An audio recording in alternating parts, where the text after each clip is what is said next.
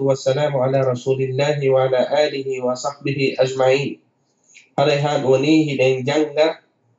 دفتر ويتين تفسير النسفي ويتين مدارك التنزيل وحقائق التأويل. إن جنگنها قال المؤلف رحمه الله في تفسير قوله تعالى ومن الناس من يقول آمنا بالله وباليوم الآخر وما هم بمؤمنين. قال المؤلف افتتح سبحانه وتعالى بذكر الله سبحانه وتعالى أو فطري جنتقل الذين أخلصوا دينهم لله لا دين ممكن في الله سبحانه وتعالى ووافعت فيه قلوبهم وألسنتهم هذا ما بدو كلوني فوتي إهود واتره هذا يويندو دفتر nden on do ko fala e yetade Allah subhanahu wa ta'ala ka suratul baqara ka fuddorde o yeti en fi sifaji julbe ben gomdimbe ben gomdimbe ben non belde mabbe den e berde mabbe den yaadi sey ko be woli kon ka hunduko ko dum woni ka berde ko dum woni wa wafa'at fihi qulubuhum alsinatahum thumma sanna bil kafirin bay o gayni yetagol e fi julbe ben o inni en wa ulaika humul muflihun o fuɗɗitani e yetagol fi himɓe heferɓe ɓe o inni inna alladina kafaru sawa'un alayhim a'anzartahum am lam tunzirhum la yu'minun o inni thumma sanna bil kafirina quluban wa alsinatan on tuma kadi o ɗimmintini yewtagol en fi heferɓe ɓen ɗon kadi nu koɓe heferɓe ka ɓerɗewo ka ɗenɗewo nanen julɓe ɓen kañum koɓe julɓe ka ɓerndewo ka ɗenɗewo ɓeɗo kañum kadi ko heferɓe ka ɗenɗewo ka ɓerɗewo summa sallasa on tuma o tatinɗini bil munafiqina nafigi ɓen alladina ɓen amanu gomɗinirɓe bi afwahihim kundule mumɗe walam tu'min qulubuhum kono ɓerɗe maɓɓe ɗen gomɗinali Allah noon haray karama kojon ɗo inni ka deftere makko ɗo wahum akhbasul kafara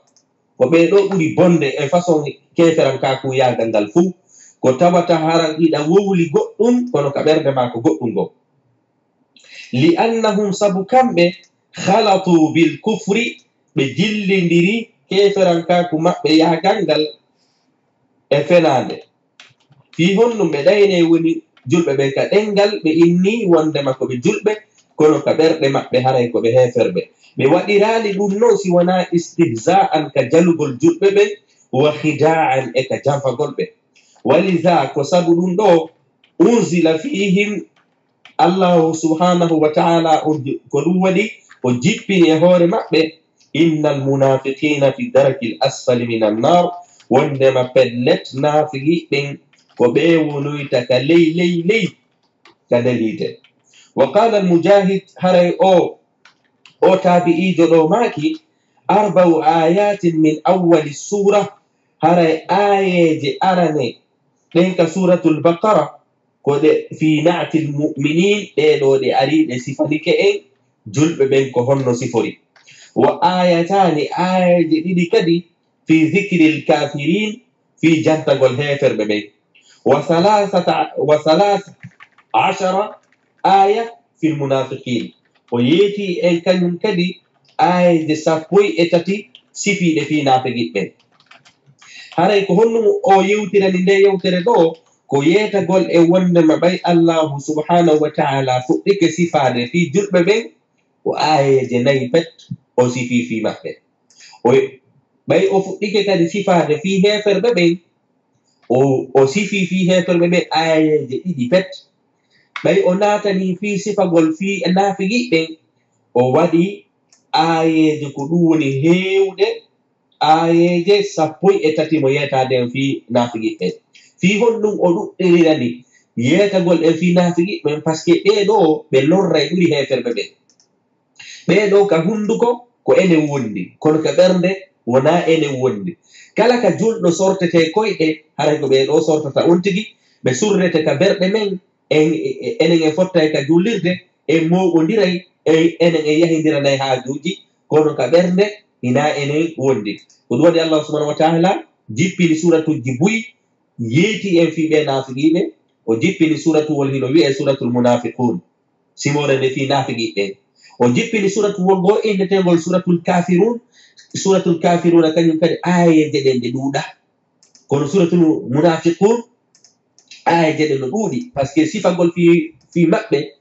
Allah hebbini yewtagol sifagol fi maɓɓe par ce que ɓe lorra suratul anfali kadi e suratul tawbati ko fi nafigiɓen tun hewata sifanade en fi honnum par ce que si goɗɗo no mari nawnare ka nder suudu muɗum haray ko nden ɗon nawnare ɓuri hulɓinagol e ndi nawnare wonde ka yaasi ɗum waɗi Allah subhanahu wa taala on alaka sifanake en fi lorra nafigijo nde tawde haray ko enen wondi ka suudu winduɗo deftere nden o yinɗo wa naa alayhim fiha nukruhum wa khubsuhum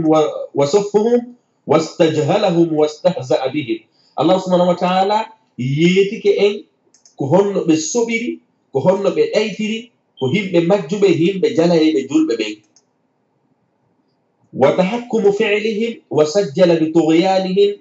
Allah subhanahu wa taala on kañum kadi yeeti en ka nder ayaji ɗon kañum kadi bewre maɓɓe nden yeeti en kañum kadi haa o inni ɓe summun bukmun umyun ko ɗum Allah subhanahu wa taala inni ɗon naafigi ɓen ko summun bukmun umyun ɓe pahiɗi ɓe mboɓiɗi ɓe wumiɗi wa daraba lahum Allah subhanahu wa taala sifori ɓe amsali shamia misalji ñedduɗi bonɗi wa qissatu almunafiqina an akhiriha ma'tufun ala qissati alladhina kafaru haray noon qissaji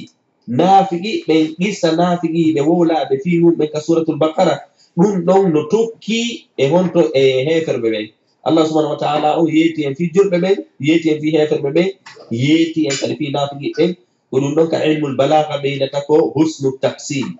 siki ko sendore moƴƴude wowla inde oɗo inna mo waɗi ɗe golle ɗo kaka nder aljanna mo waɗi ɗe golle ɗo kaka nder hiite monoyi naafigi kañum kadi ko ni wonirta ko ɗum wa qissatu almunafiqina an akhiriha ma'tufatun ala qissati alladhina kafaru kama ta'tifu aljumlatu ala aljumla jaka en andi ɗo huna ka suratul baqara ɗo utifat alqissa ala alqissa haray ko qissaji ɗin tokkodiri wona kalfe ɗen ma ɗum hurufuji ɗin par ce que ka langue arabe heɓe mari atfu lharfi bilharf ɗen mari atfu lfi'li bilfi'li ɗen mari atfu lismi bilismi ɗen mari noon kadi atfu ljumla biljumla ɗen mari kadi atfu lqissa bilqissa haray ɗo ko atfu lqissa bilqissa Allah subhanahu wa taala sifani en qissa julɓe ɓen tokki ɗon heferɓe ɓen sifani en kañum kadi fi heferɓe ɓen tokki ɗon kadi fi nafigiɓɓen haɗay ko ɗum o woni e sifade ɗo wa qissatu lmunafiqina an akhiriha ma'tufatun ala qissati alladhina kafaru kama ta'tifu aljumla ala aljumla wa wayni noon wa aslu nnasi haray o innugol wa min annasi sike nasi on ko ɗum wonno asli muɗum ko unas aynayi unas kono alhamja on o monta o wattitira alif e laamu donc annas asli mum hadi konno ko unas alhamja on noon o monta o wattitira alif e laamu wa aslu nnasi haray ko woni aslu nasi on unas hadi ko unas huzifat hamzatuhu ko ɗum woni alhamja on montirama tahfifan ka foyɗintingol sike nde tawde halfere nden nde wolete ko ɗuuɗi ɓe monti alhamja on ɗum ɗon noon haray no heewi ka haala arab ka hamja montete par ce que hiɗen anndi ɗuma charrun e hayrun asli mum ɗum ko acharrun e ahyarun kono alhamja on o monte ko ɗum ɓeydata tahfifan ko ɗum wayni ka deftere ɗo husifat hamzatuhu haray hamza mum on montirama tahfifan ka foygintingol wa hadfuha montugol mo noon kallazimu ɗum ɗon hiɗo waywa ko waɗɗi ma'a laami ta'rif sike si alif e laamu ta'rif on alif e laamu ta'rif on so naati e kalimatu nas so naati e kalimatu unas hamza on montete o wonta nas ko ɗum wayni ɗo wa hadfuha kallazimi ma'a laami ta'rif la yakadu yuqalu unas wono innugol unas haray tabiti kono no fanɗi ko nas ɓuri tabitude. Jaka en andi ɗo asli halfere nden no fanɗi haray koko nde wattita kon ɓuri ɗuɗude. Ko ɗum waɗi sa ndaari ka nder alquran a tawayi ko ɓuri ɗuɗude fof ko ari ko annas. Qul a'udhu bi rabbin nas malikin nas. En ini noon nas asli mum hari ko unas fa huzifatil hamza li kathrati al istimal aw takhfifan. Wa yashhadu li aslihi o inni noon wondema no seedintina asli mum on hari ko ɗum sike asli nasi hari ko unas insan innugol kadi insan neɗɗo wa unas wa insun en inni insan kañum kadi jamu mum on ko en no inne no unas wa insun ɗa wawi inno unas wano no innirta ni so unas ɗa wawi kadi inno nas wa wasnu nas innugol noon wasnu nas on ɗo ko ilmu sarfu ɓe woni e haalande fi muɗum sa peesi nasi on ko ala wasni fi'al ala wasni ayni unas ala wasni fu'al unas li'anna zinata ala al usul parce que peesugol halfere hay si tawi nde montama haray ko peesirtande ko asli mayre on wonaka nde montano sike aynata nas a wata peesirde nas no nde halfere nde nde woniri ɗon sa peesay halfere nde koya peesoyde kade wonno asli ɗon ko ɗum woni unas ala wasni fu'al. Fa innaka taqulu wasnu qih parce que hiɗa inna ka fi'lu qih hiɗa andi no fi'lu qih asli mum ko ɗum ko waqa yaqi qih waqa ko ɗum woni o dandi yaqi himo dandude qih dandu donc qih ko fi'lu amr hiɗen andi noon fi'lu amr si tawi tu woni hiɗa mari fi'lu tawi waw e alif e ya'u no e mayre ko inete kon har huruful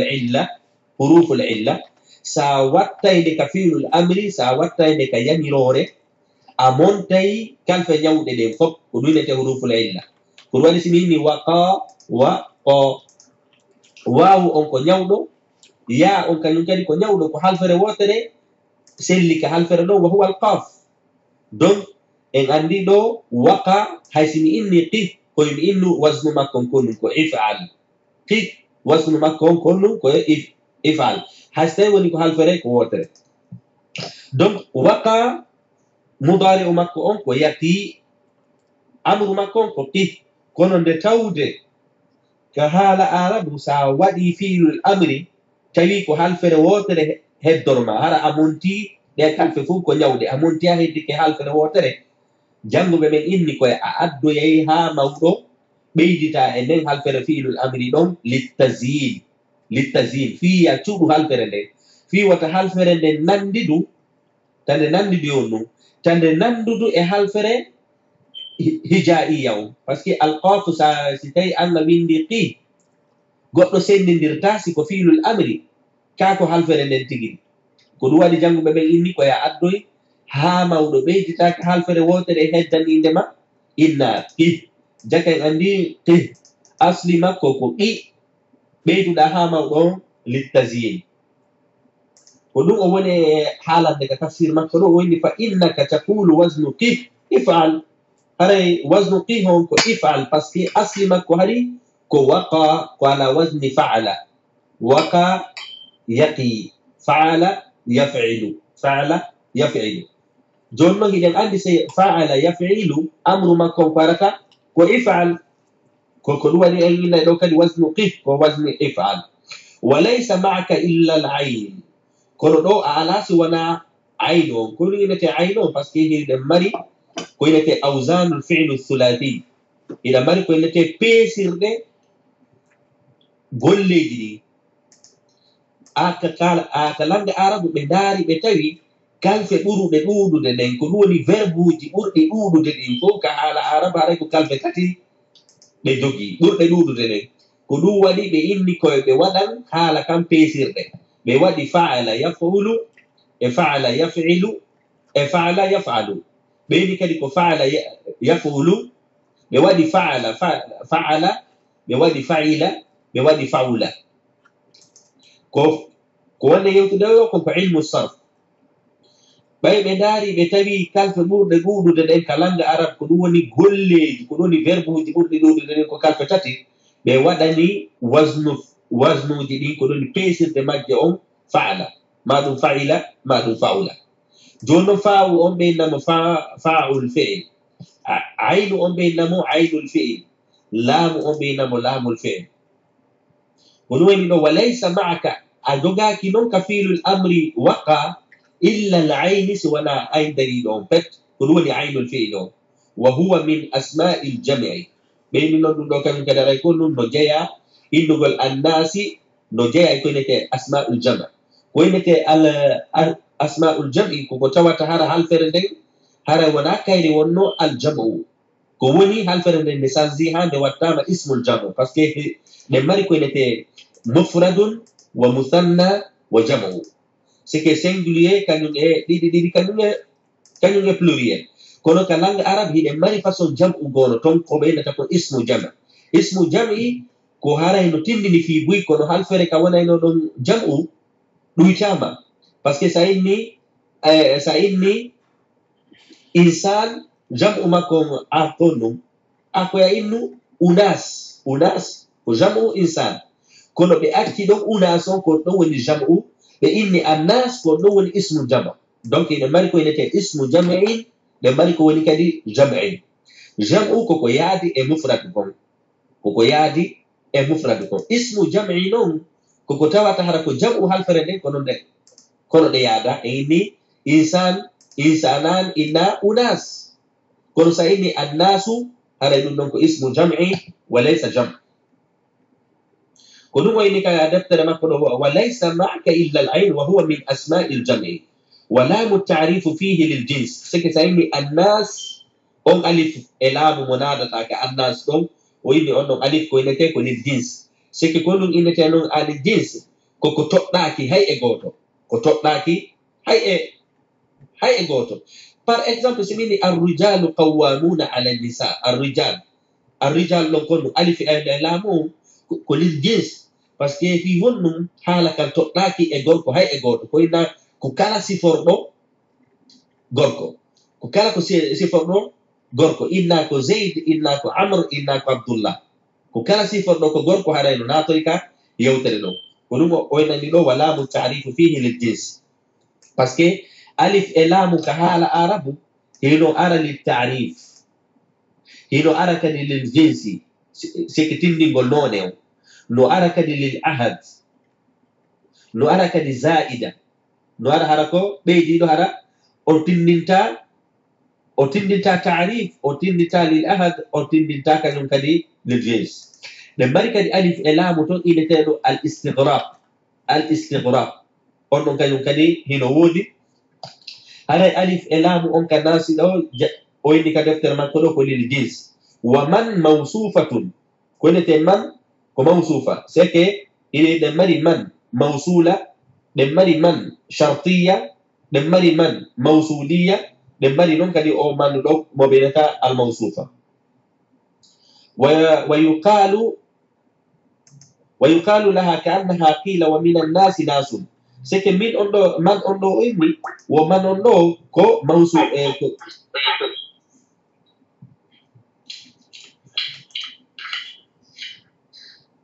donc o inni ɗo man on ko imma innemo ɗo ko ismul mawsul maɗum innemo ko nakiratul mawsufa ka deftere imamu nasafi ɗo kanko ko o yaari wondema manu ɗo ko nakira mawsufa c'est que o inni hino wa'i wasa inni wa minan nasi nasun wa minan nasi no jeeya ka nder himɓe ton nasun himɓe goo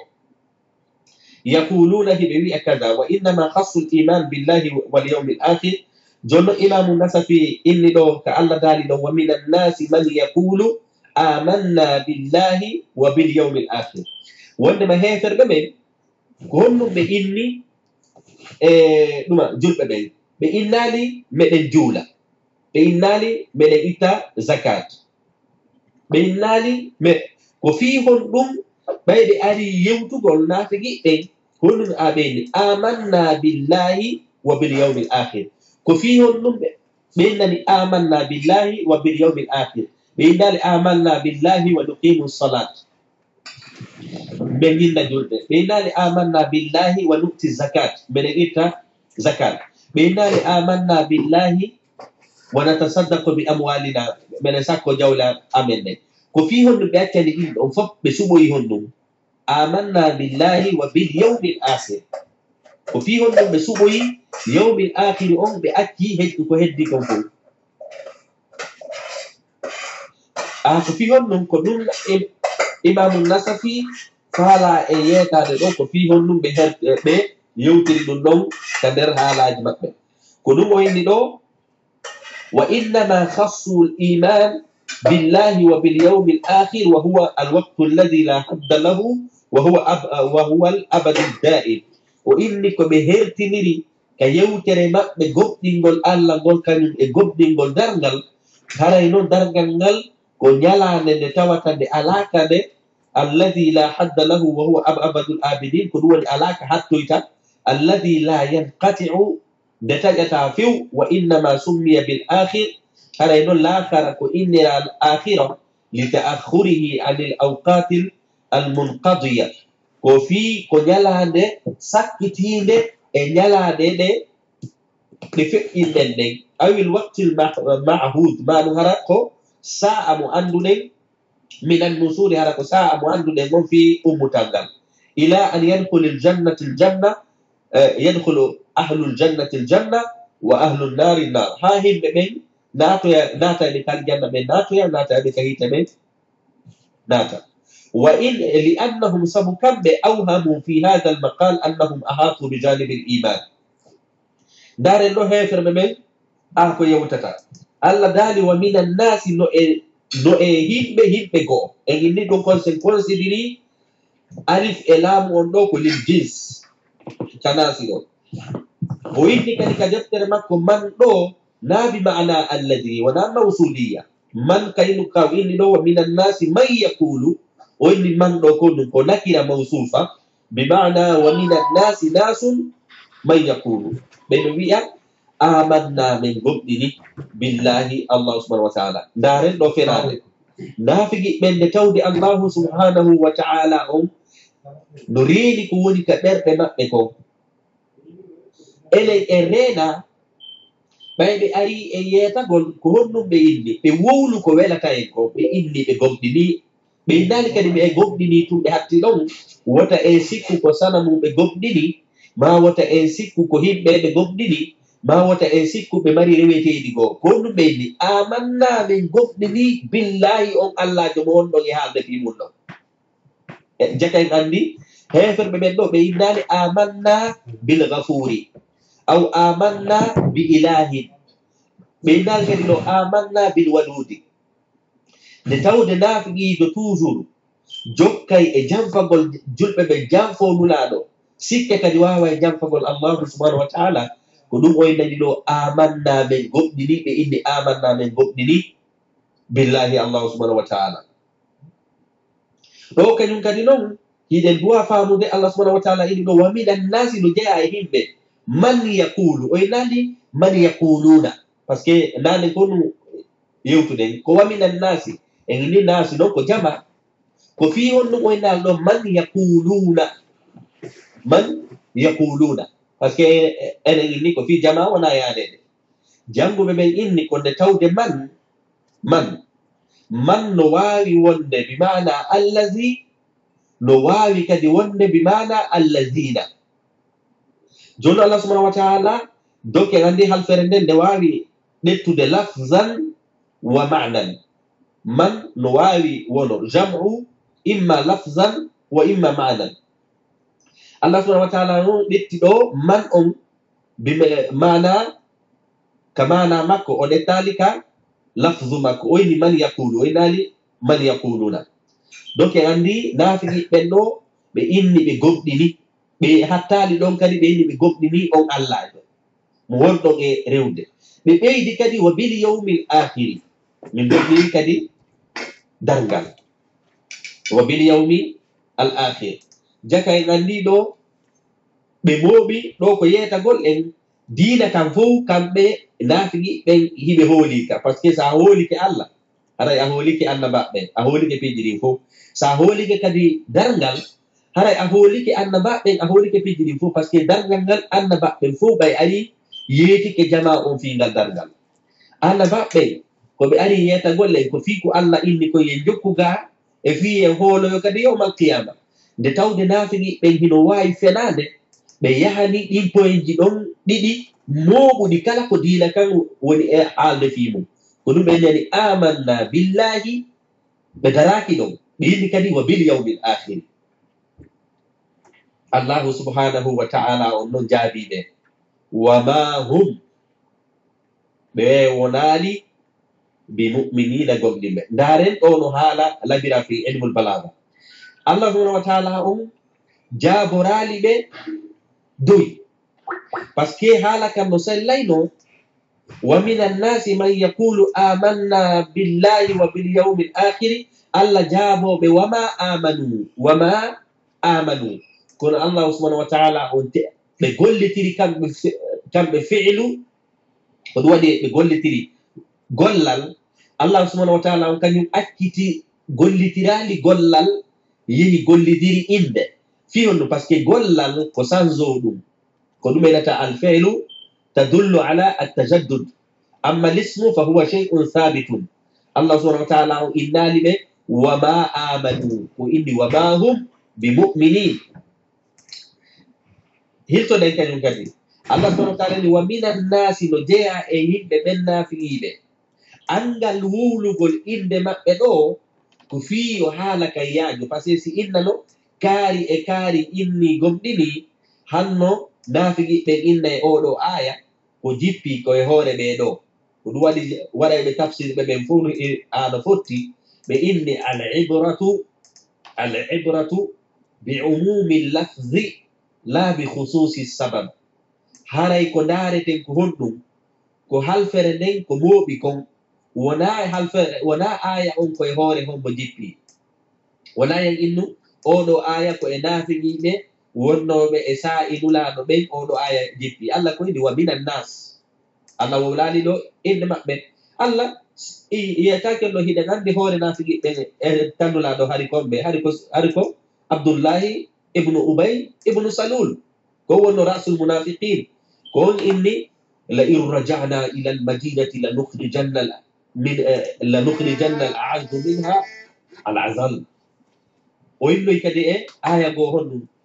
o inni la tunfiqu ala ma inda rasulillahi hatta yanfaddu walillahi mirasu samawati wal ard jaka en andi naafigi ɓen hari allah subhanahu wa ta'ala on no andi ɓe kono ɓay o jippini alqur'ana o jaɓali wowlugol ɗo inde maɓɓe sabu hoynugol ɓe e sabu kadi yo aya o yaaju ko ɗum woni yo aya o iw min al khususi ila al umumi min al khusus ila al umum ko ɗum jannguɓe ɓe innata al ibratu honɗum ɓeyna al ibratu bi umumi lafzi la bi khususi sabab wa min annasi no jeeya e yimɓe man yaqulu ɓe no wi'a amanna ɗon kadi kadi fenade maɓɓe ɗen ɓe innali de min gomɗinoyen ɓe innali de meɗen meɗitade darata min gomɗinayi ko ɗum ɓeyni amanna billahi min gomɗini allah few ta on sikkito fi gomɗinala men ngal hattali ɗon kadi wa bil yawmil akhiri min gomɗini kadi ñalande dargal ɗiɗo ɗiɗi ɗon kala ɓe gomɗinaɗi ko ɗum waɗi allah subhanahu wa ta'ala on waɗi tawkid ko ɗum woni tentini haala kan ka jaabagol ɓe allah jaabiɓe wa ma hum ɓe laataki enen inni ɗo ko ma on ɗo ko ma ijasiya enen e sifa to joni ko ɗum woni ma ijasiya allah noon ɓeydi ɗon kañum kadi ba'u o ba'u muyiɗen ɗo ba on ɗo o baɗo ko li tawkid ko tentingol haala kan o addi hum fi tentingol haala kan o addi ba kadi fi tentingol haala kan yeetagol e wondema par ce que naafigi ɓe inni kala ko innete imanu menen min gomɗini kala ko yowodiri e dargal menen min gomɗini allah inni ɓeɗo ɓe gomɗinali hay yeru miskala zarra haray ko fiyon ɗum oynani ɗo ma o addi kadi ɗo باء وقلت لي كدي اسم الفاعل وقلت لي فعل وقلت لي اسم الفاعل أنا إني مؤمن لو كنت اسم الفاعل واسم الفاعل تدل على الثبوت اسم الفاعل أكون مدوجي دولة ورفعله كنون الله إني وما هم بين ونالي فيو بمؤمنين سفر بقبننا يرو مثقال ذرة كان بيتي جلب بيقول لي جملة الفعلية آمنا الله جابي تريد جملة الاسمية لأن جملة الاسمية تدل على الثبوت وتدل على الثبات أما الجملة الفعلية فتدل على التجدد كنوالي بيقول لي جملة الفعلية الله جابني بجملة الاسمية وهو أقوى بإني من قبني الله إني أبتاكي هاي قبني لنا سكنو وما هم بمؤمنين وناي إنو بقبني لنا نو كو أبتاكي هاي قبني لنا كنو باو بيدرا اسم الفاعل كان كدي قل لي ترى الله نداني يخادعون الله هذا جنب من كتفسير جه يارا لك علم البلاغة بي إذا فوق نديرينو إسكي قد نودي كمونتادو كألا كمونتادو جنب بيقول إني هذا أصلي أوكو يخادعون رسول الله دونك رسول نمونتادو جنب بيقول إني بدل نورينو نسيفا نونو hino ɗuuɗi ɓe landa ko fi wonɗum ɗon innanɗo goɗɗum no montaɗo ɓe inni par ce que sen inni yukhadi'una Allah goɗɗo wata hodugol allahu subhanahu wa taala kono sen inni yukhadi'una rasulallah ɗum ɗon hino wawi wonde par ce que nulaɗo haray ko bashar donc ɓe inni yukhadi'una rasulallahi fa hudifa الرسول كلمة الرسول وانا نمونتنا نون كألا دالي نون فاسألوا القرية lande sare den kono asli hala kan ko dum ko fasal ahlul qarya ahlu on no monta ka yewtere ton ko dinete majazul aqli kaymul balaga ko dinete majazul aqli seki hakkile maden tum no wawi hewti tagol wonde ma yewtere den hara yewtere den nanu de ardiri non firirta hara halfere no monti ton be indi yukhadi'una Allah yani yukhadi'una Rasulullah jambo be go inni o way hay fuy montaka do no jeya e ben non imamu asuyuti ka wadi don hasiyatul baydawi mo windi mo yutiri bawo imamul baydawi tafsirul baydawi mo windani de hasiya o inni wonnema haray hay fuy montaki do yani yukhadi'una Allah hibe jamfo Allah subhanahu wa ta'ala kono hilafi ɓe wawa jamfagol Allah ko miijo maɓɓe wongo ngon ka hoore maɓɓe Allah yewtiri en miijo maɓɓe ngon sike kamɓe ka nder hoore maɓɓe ɓe sikka ɓe wawata jamfade Allah subhanahu wa taala noon ɓe jippini alqur'an on nden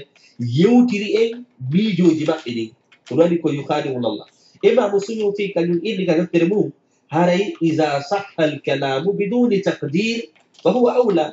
o leyen innu halfere no monta si haala kan no sella hara yen innani goɗɗum no monta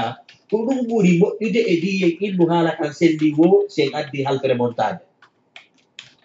ɗum woni yukhadi'una Allah hiɓe janfo Allah ma hiɓe janfo rasulallah walladina amanu e ɓen gomɗinɓe hiɓe janfo kañum kadi gomɗinɓe ɓen Allah noon daali wama yahda'una kono ɓe janfaki haray noon ka Allah daali ɗo haray en inni alkhida' janfagol par ce que kalimatu alkhida' konto iwi seki ko suuɗugol hunde Allah noon inni wondema ko ɗum ɗo ɓeynata kalimol balaga almushakala ko wiyete almushakala koyo Allahu gollitir halfere o gollitira nden halfere kadi e hoore meɗen kono hara halfere nden nde wawetake firirede haqiqatan e Allah subhanahu wa ta'ala par ce que Allah subhanahu wa ta'ala goɗɗo watamo jamfade jakka en andi ɗo ko miijo maɓɓe gon Allah subhanahu wa ta'ala yewtiri en wano ko Allah daali ɗon kañum kadi wondema ɓe fewji Allah fewji بفوجي الله فوجي هذا يجاك يعني كل دوينك المشاكلة بينه والذين آمنوا بجنفي كدي هم بكدي قمني ببين الله إنه وما يخدعون بينهم بجنفاكي إلا أنفسهم سوانا في التالي مقتلين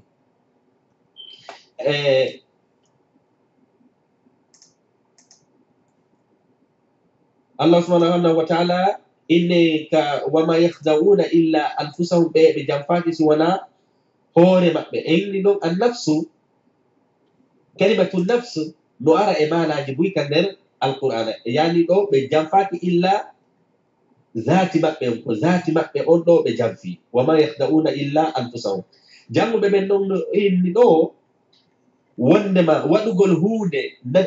نفيو وقت يندي إثبات نونو جوجي دولي أوري ودقل إثبات بمعنى الله سبحانه وتعالى إنال وما ويخادعون الله والذين آمنوا وإنال له وهم يخادعون وما ويخادعون أنفسهم وإنال له ويخادعون أنفسهم دي هذا هو المعنى وإني وما يخدعون ونادي ما وهي النافية وودي نافي هذا يسوع دون وودي هذا إثبات وهذا أقوى من الإثبات ولينة النفي سميني نجون جاء محمد كمحمد أري سيلم فالا بيجود حالا كان دولة إن ما جاء أحد إلا محمد أو إلا محمدا ما جاء إلا محمدا أو إلا محمد دي كلام إنسان كل سميني ما جاء أحد إلا محمدا كل بينك هو النفي ثم الإثبات أقوى من الإثبات الله دالي وما هم بونالي بمؤمنين قبل وإن كدي وما يخدعون بهدالي إلا أنفسهم سوانا هوري مكبه كل وما يشعرون كل بسوا أندود هذا ينوسن أنداري الله سبحانه وتعالى إن عندي جكا نافقي بندو بميجي جام فقول نولا صلى الله عليه وسلم الجل بين بإن كم بكالكو إن دينا نو كدر بردمات كالكو إن كجيته أتا يوم القيامة نو كدر بردمات الله سبحانه وتعالى عنده أنك صومي كبر جماعه وويكتني وإني بيدو ببتاك ليمان فيو وهي ليمان ببتاك به هي جامفو الله ما هي جامفو Nula sallallahu alaihi wasallam be jamfo julbe ben parce que jamfa gollo konno be jamfa de julbe ben parce que si yaha maka gereji si be heboyi ko won ko illete al-ghanaim ko illete jawle ko si sendama be hebay si baya maka nyum kadi si be mayi be surroyte ka be julbe ben kala ko moƴƴere de julbe ben hebata be hebay ko dum Allah dali do yukhadi'una rasulullah والذين آمنوا الله عندنا وما يخدعون إلا أنفسهم وما يشعرون الله نبيد في قلوبهم مرض إني أصلي حالة نقول بس كي مرض أنه هو مبتدأ أصلي حالة كويين مرض في قلوبهم وصح الابتداء بالنكرة إني مرض نكرة لأن خبره جارا ومجرورا في قلوبهم نكدر بمأبه مرض كنولي نيو لو كان يمكن يكون له بينتا كعلم البلاغة الاستعارة وينتي الاستعارة ويقول لك حال فرق دتاوة تحرى حقيقة سيئني أن فرق حال فرق نوالو رينو أتوى حالة كان كسر لك بس كي برد في قلوبهم نكدر برد مرض نيو saya joni ka laboratoire andari bernde nafigi jo ayata ton nawnare wi'etede nafigan ka ko yakangal donc en andi dum do kondum ko majaz ko wi'ete ko majaz بمعنى المجاز هو أن تستعمل كلمة ولا تريد معناه الحقيقي أرى أفاداكي هل فرن تجري كونه فيريكو donc en andi ɗo fi qulubihim no ka nder ɓerɗe maɓɓe maradun nyawu. Allah subhanahu wa ta'ala o nandindiri ɗo honɗum ko ɗum ɗo ɓeynata isti'ara tasrihiya. O nandindini ɗo ɓernde naafiyiijo wano neɗɗo nawnuɗo no hirten ni si goɗɗo yehi kalabtar ɓe biltimo ɓe yi nawnar nde o nandindini ɓernde naafiyiijo on ɗum par ce que fiyon ko ɗum ɗon woni ko ɗum ɗon woni wajhu shaba on sike piiji moɓindirɓe ɓen ɗi ɗiɗi ko fi hon ɗum naafiyiijo e nawnuɗo no nandiri. c'est parce que nawnuɗo on wawata nafitorde piiji buy, o wawata yaltude, o wawata memminade, o wawata dogude, o wawata wadde piiji buy par ce que mo gaynana hoore makko par ce que mo nawni. oɗa kañum kadi naafiyiijo on o faɗi limanu,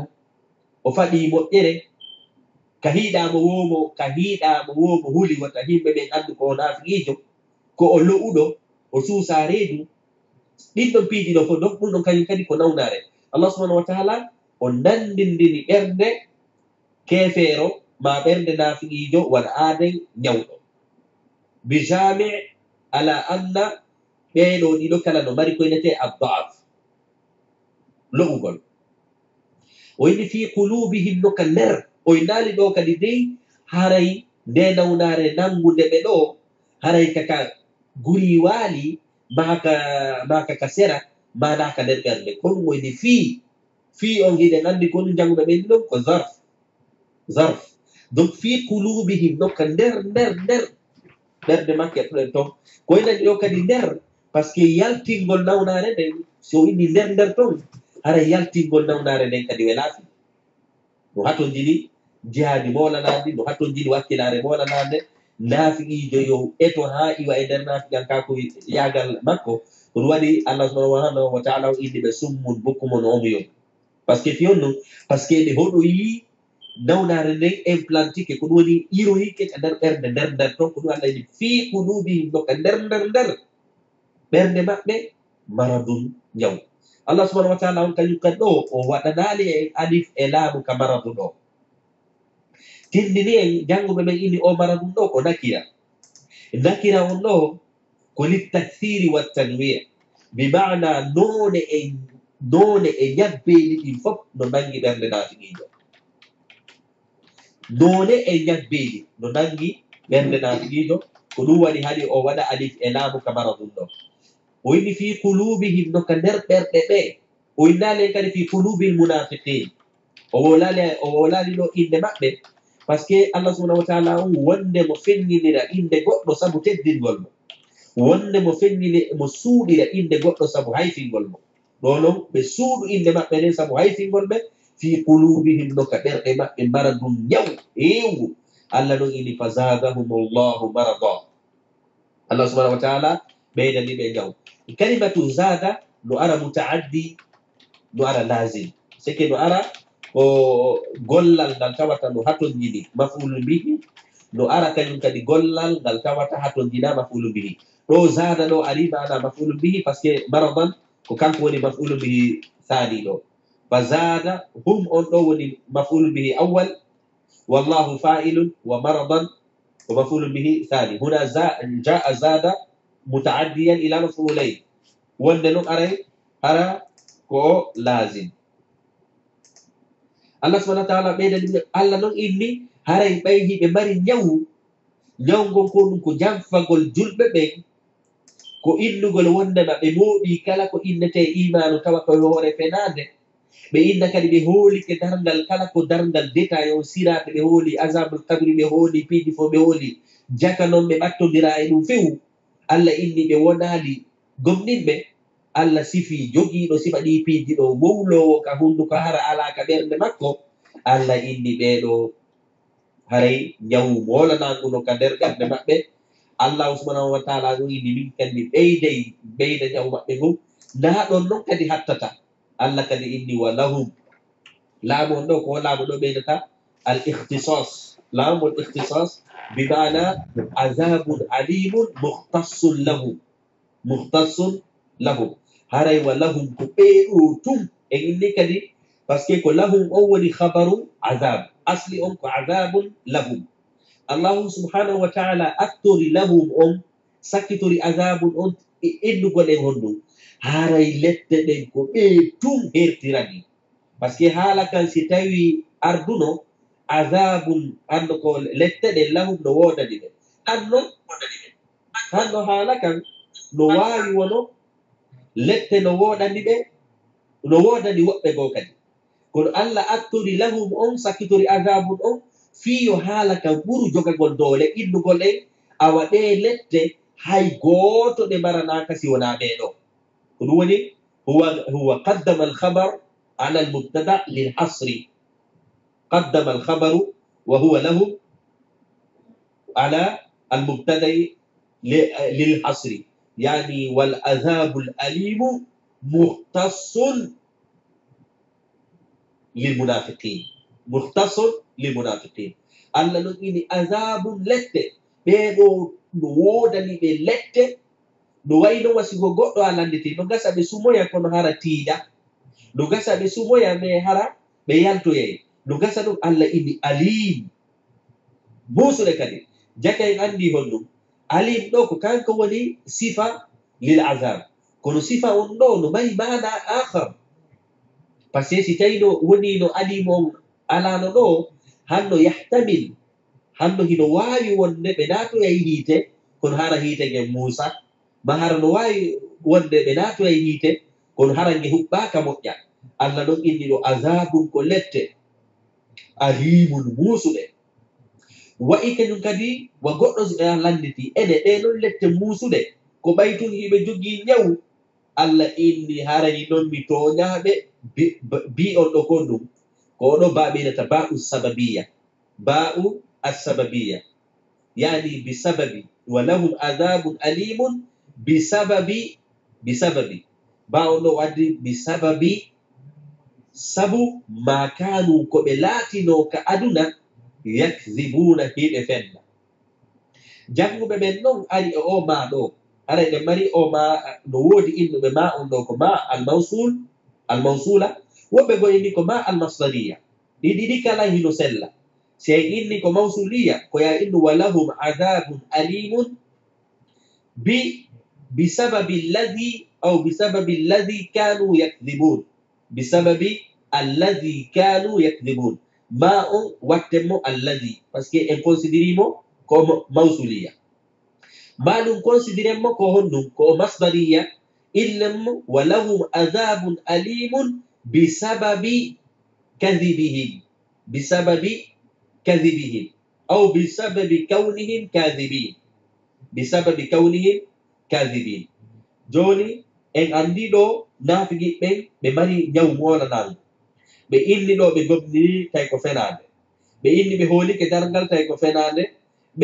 ko ɗum woni ɓe eti jamfagol Allah ma ɓe eti jamfagol nulaɗo sallllahu alayhi wa sallam ɓe eti jamfagol julɓe ɓen ɓe heɓi nawnare ɓe heɓi lette musuɗe sabu koɓe golluno ko jaka holli en jaka haray ko ɗum waɗi ko wonɗe e hiide hande julɓe ɓen ko fiyon ɗum ɓe soñjoɗi wona ayɓe maɓɓe wonɓe ka yaasi ɓen ko ayɓe maɓɓe wonɓe ka nder suudu ɓen joni noon sen daari ka luga joni ɗaɓɓiten toɓɓe ka luga ɗo haray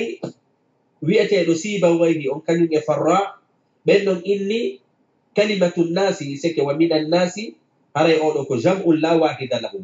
haray ko jama la wahida lahu seke iɗen mari piiji goo jogiiɗi mufradu tun ala musanna ɗen mari piiji goo jogiiɗi musanna tun ala mufrad ɗen mari konnguli kañum kadi hara no mari jam'u ara ala mufrad siba wayhi kañum e farra ɓe inni annasu ko ismu jam'in la wahida lahu wa hudifati hamzatuhu shuduzan haray ɗon o annas ka nder alqur'ana tigiri halfere goo ari ton unas jam'u makko tigiri Allah daali yawma tad'u kullu unasin o daali ɗon kullu nas woni ɗo ko kullu unasin on ɗon ko jam'u on ɗon lahu mufrad unas on ɗon no mari jam'u amma nas ala ra'yi sibawayhi wa farra ɓeɗo haray annas ko ismu jam'in la wahida lahu وذهب الكسائي أنه مشتق. إمام الكسائي بينو هريكو بينو ولي كرمكو بفيك هالا عربو بينو إني كانوا الناس هري أنكم من النوس إيوي كوينتي النوس وهو الحركة هري نونا ركانيو كلمة المرض في اللغة العربية قلت تقول المرض كمصدر إني مريضة يمرض المرض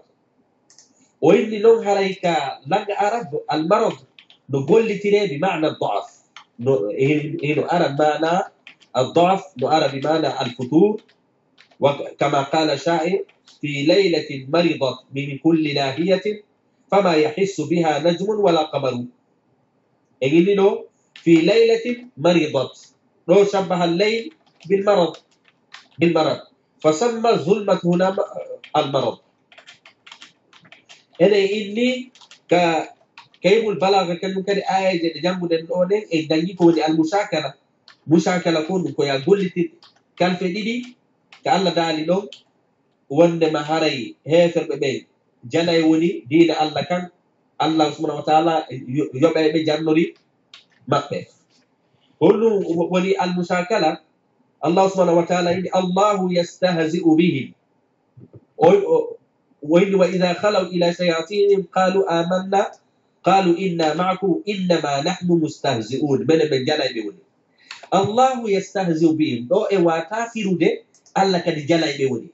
بس كي الله جلا تابي الله سفرات يبيني سكي الله سبحانه وتعالى يوبا يجارنو ريما كنو دو ينتي مشاكلة كويا قول تلكال فديدي غوتي توا فيرو ngom naya firu gotu kalfe len ko de gote me naya firu gotu kafiru den do innama nahnu mustahzi'un menen pellet ko jalugol be men jokki allah wono jafi be allah yastahzi'u bihim e inari allah jalaybe ko inu day allah yobaybe jandori mabbe donc en andi do allah subhanahu wa ta'ala gollitiri kalimatul istihza' في معنيين معنى أرى مقول تري حقيقة وهو إنما نحن مستهزئون وقول تري يستهزئ بهم ويا مجازا ولينة المشاكلة أما نوكا وين في قلوبهم مرض بلاغيا نوكا يكدي شبه قلوب المنافقين بالمرض وهذف أمنتي المشبه وترك المشبه به هو استعارة تصريحية والاستعارة تصريحية أي استعارة كيا منت أحد الطرفين سكي إما منت مشبه ما منت مشبه به سكي كنن ديناكم كنن ديناكم هو مشبه به ما إن مستعار له ومستعار به jonnon o monti honɗum o monti ko ɗum woni o inni fi qulubi no ka ɓerɗe maɓɓe maradum ñaw donc o nandindini ɓerɗe maɓɓe ɗen ɗo honɗum wano ñaw haray ko ɗum ɗo innete isti'ara a tasrihia o inni ɗo kañum kadi wa ma hum bi mu'minina balagiyan kañum kadi ɗo ko ɗum tenini ka balaga ɗo allah subhanahu wa ta'ala ɓeya gollitin jumlatul fi'liya الله سبحانه وتعالى عدل عن الفعل إلى الاسم عدل عن الفعل سكي أؤكي قل تقول لا قال إني آمنا الله سبحانه وتعالى كان قل تلالي آمنا وإني مؤمنين قل تري فعل كان الله سبحانه وتعالى قل تري الاسم لأن الاسم أقوى so balaqiya haray kadi ni bala fa kanyum kadi tobbere ande kaka Allah dali do yukhadi'una Allah e inni do jangobe ko ini ko majazul aqli ko ni honni ni ko majazul aqli sike hal fere gono do montade yani yukhadi'una rasulullah wa no Allah e dali do fas'alil qarya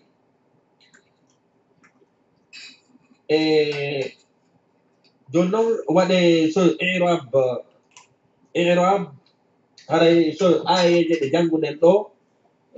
so heƴa allah daali ɗo wa min annasi e inni ɗo wawa on ko harful atfi من أنك حرف الجر الناس لو اسم مجرور من إني لو إما إن من أنك موصولية في محل رفع المبتدا ما إنا هن ما إنا مو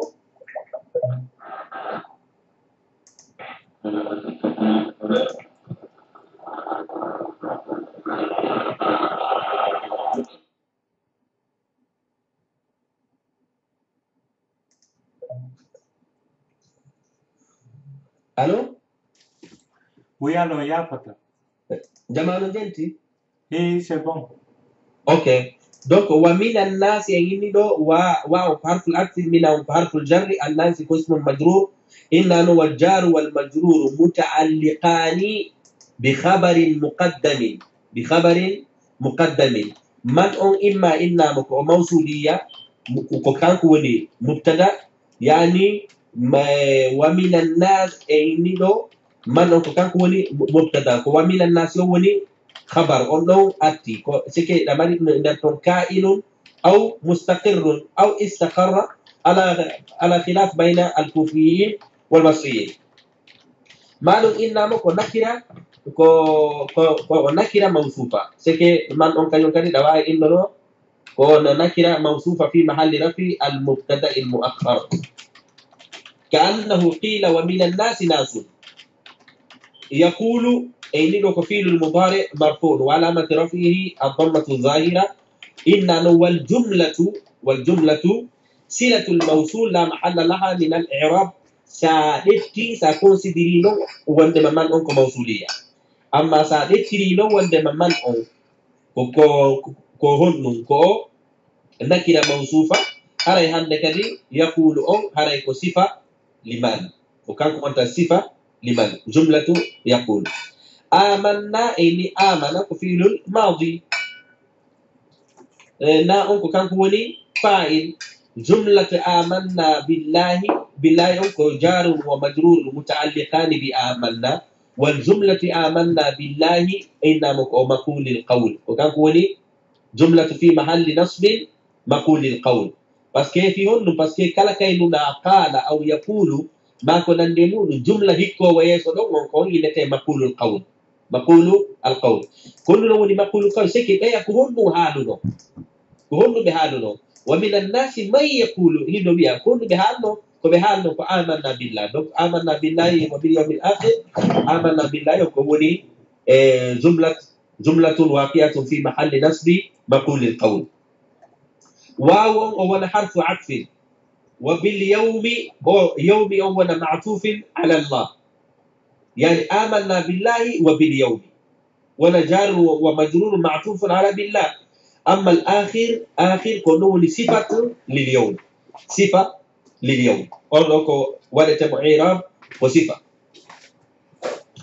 الله نداني وما هم واو نكون واو الحالية إذا عندك سنود إعراب كده مري واو الحالية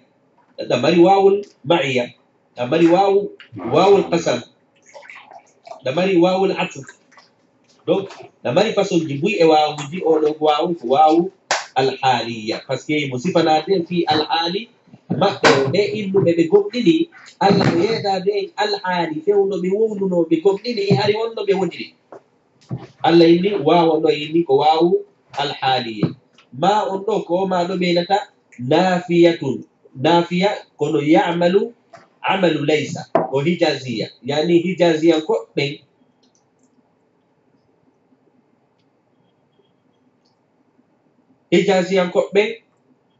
حبلا يعمل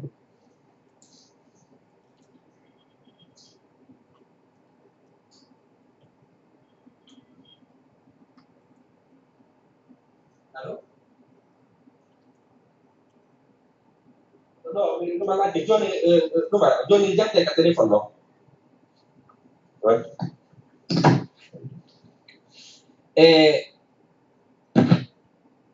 Allah subhanahu wa ta'ala on en inni wa bil yawmil akhir on ko kanko woni sifa waw on wa ma hum waw on wana wawul haliya wawul haliya ma hikude ɗon on ko no ɓenata ma hijaziya ko piyon be nani ma hijaziya parce que be wonno be hijaz e ni ko sare inete hijaz be don kanyum hari be gollitira ma on gollira wano laysa gollita ine hande laysa kunnu gollata ko yarfa al-isma wa yansabu al-khabar أين ليس محمد ذكيا ليس محمد ذكيا هاي كقول لك وليس قول لك كون تجري ولما قول لك ما هاي ما يلون سرتيجي هاي سرتيجي إنه يوجا كدفت نحو هم إني هم وكان كوني اسمها وكان كوني اسم ما يعني الله هنا إنه وسائني وباليوم الآخر وليس هم بمؤمنين وليس هم بمؤمنين donc هم on donc ضمير الفصل يعني ضمير نو ومبني على السكون في محل هدو رفع اسم ما الباء دوك كاكو زائده سكي باء دوك زائده للتوكيد او تنتين يوترن دو باسكو حالا كان هينو سلا دو هاي ساي اتباع وما هم مؤمنين قل الله سبحانه وتعالى بيدي دو باء للتوكيد ويتقول وانما بيدي باتنوكي كوينتي ايمانكم بينا في جيبه ini bawon ko zaida haray mu'minina ko kanko woni khabaru ma ko kanko woni khabar ma inna no wal jumlatu ma hum bi mu'minina kunu wa fi mahalli nasb al hal ini wawon ko wawul haliya sitaitu woni waw ayni wawul haliya jumla aro do haray mawqi makko on ko ya ilmo waqi'atun fi mahalli nasb al hal هذه جملة أنكو حالية ألا ندال يخادعون إما إن يخادعون فعل المضارع مرفوع وعلامة رفعه ثبوت النون الله وكان هو مفعول به إن يخادعون يعني هم فاعل مكون ضمير فودي هم يخادعون هم الله وكان هو مفعول به والجملة يخادعون الله إنما جملة استئنافية لا محل لها من الإعراب جملة استئنافية كون بين جملة الاستئنافية سكيكو جملة أرودو هاري حالا قولان سكي كادا حالا دالنا وما هم بمؤمنين حالا كان كلاني بس وحالا كسا فؤتي سيتا كلا نوكو فؤتي هاري كدون وديتا إعراب إنا جملة استئناف ما بين واو الاستئناف واو كان سيبه إني مكدفته واو الاستئناف undom ko firi ko hala wawla ka baw kan don kalanni fi ko hala kasa fudditi amma no sibe ni wawo ko harful atfi haray andu ko hala bawa kan tuzu ko kanka wona e continue haray ko dum woni farqu bayna wawu al-istinaf e wawu al-atf donc yukhadi'una Allah ko imma إنما كجملة استئنافية لا محل لها من الإعراب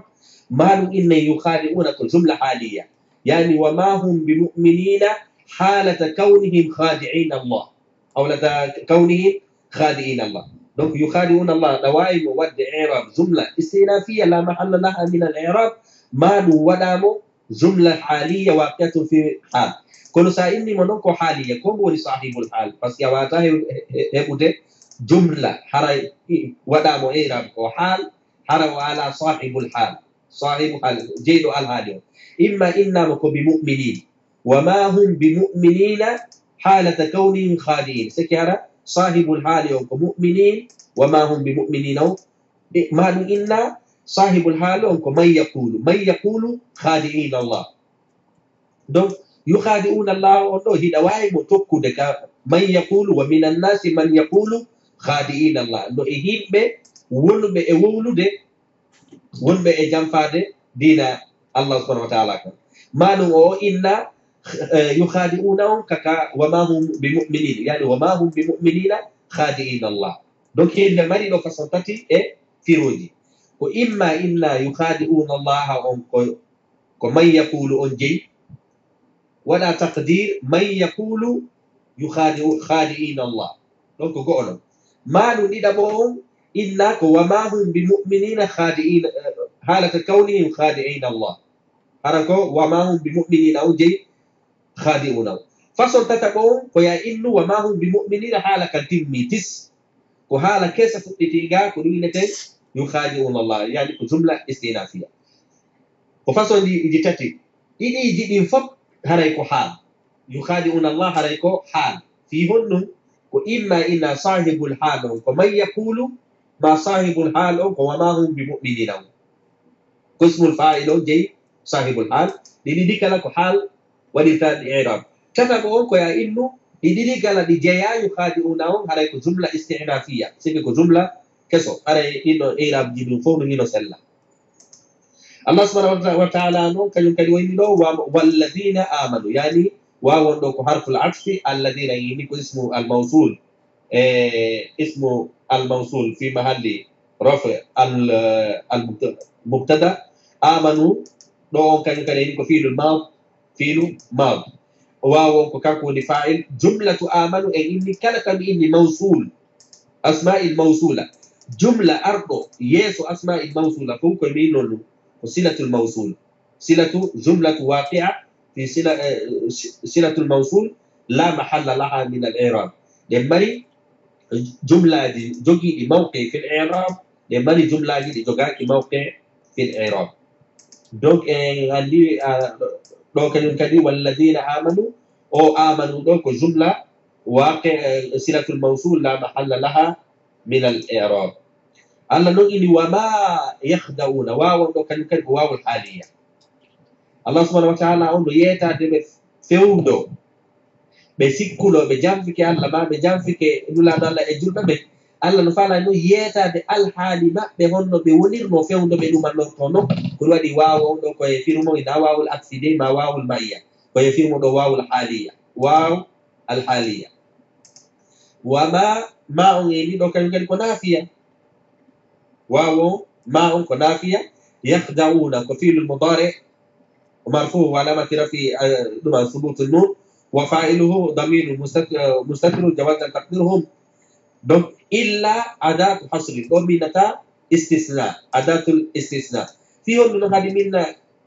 استثناء بس كأني مو استثناء ستوي وني هنا الأمري كوينته المستثنى منه أنهم جنتا كانوا دونك ستوي وني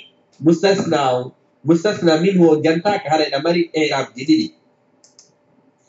هل ذكر كويا هجت إلا وإن إلا أداة حصر لا يئنمو استثناء إن إلا أداة حصر أنفسهم كان كوني مفعول به ليخدعون وما يخدعون إلا أداة حصر أنفس إن مفعول به منصوب وهو مضاف وهم مضاف إليه الله نقول وما يشعرون واو ينين دونك حرف العطف ما دون إنك استئناف أو دو واو نسلا يا إنه حرف العطف نسلا يا إنه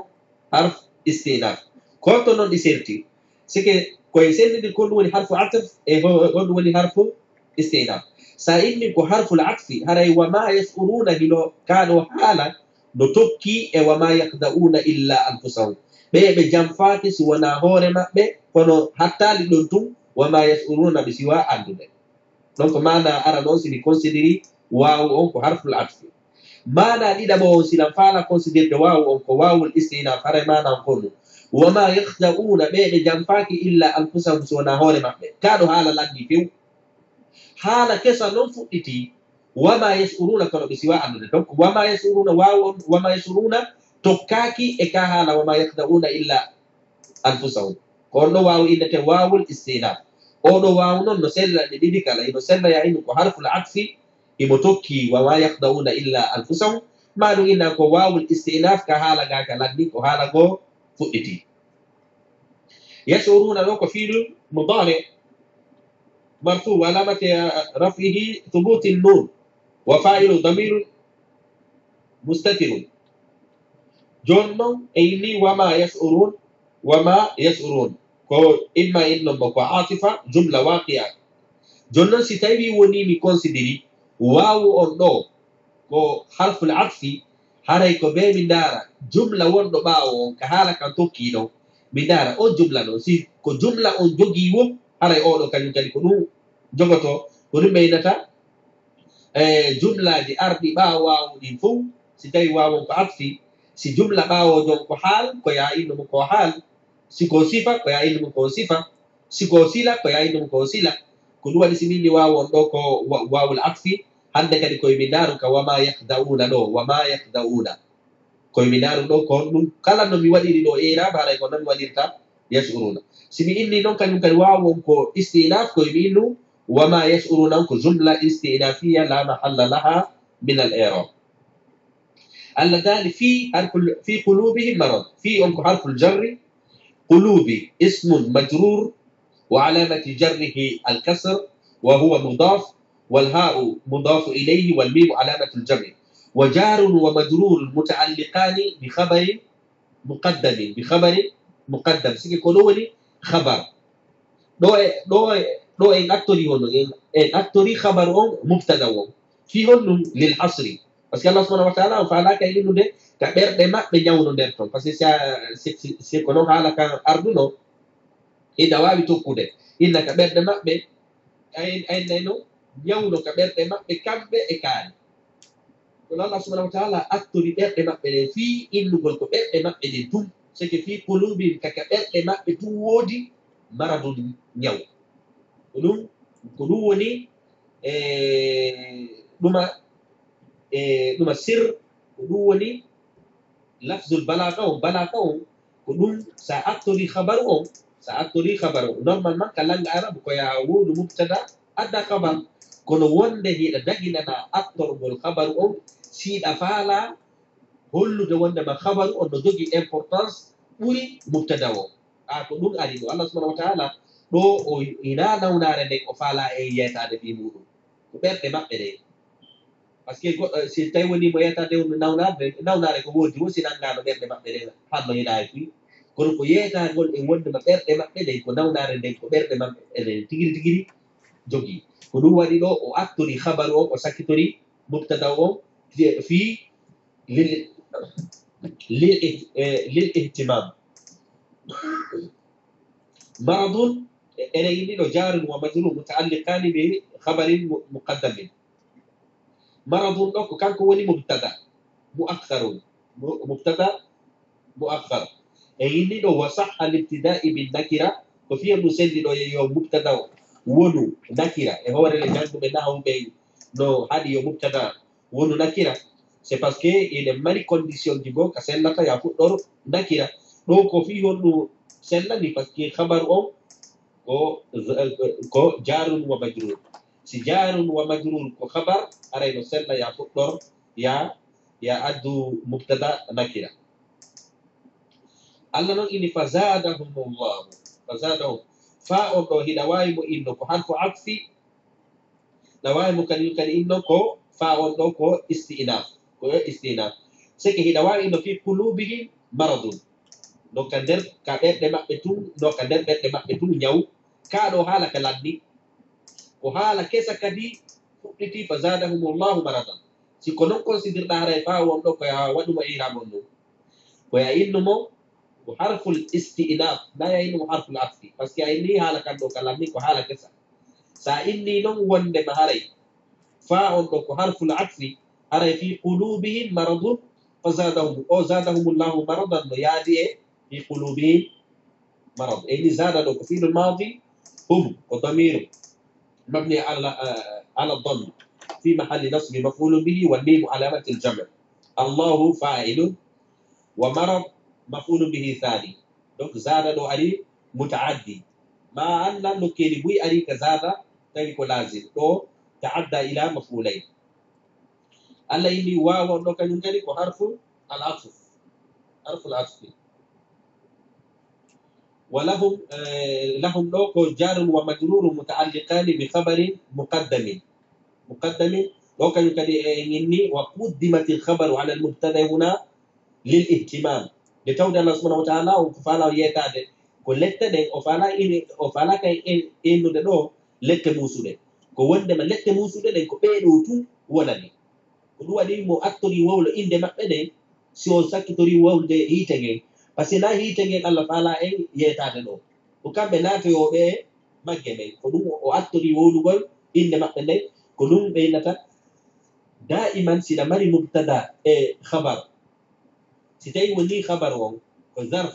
aw jarun wa majrur ara eno sella ya attoro on non lil ihtimal walla hum ko kamɓe tu hertori azabu on ɗo ko kanko woni mubtada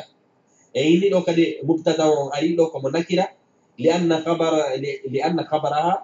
jarun wa majrur alimun ko kanko woni sifa lil azab honno lette ɗen siforno huwa alim koyɗe muusi bi on e yini ko harful jarri ma on innama ko mawsuliya kanu on o wona kanu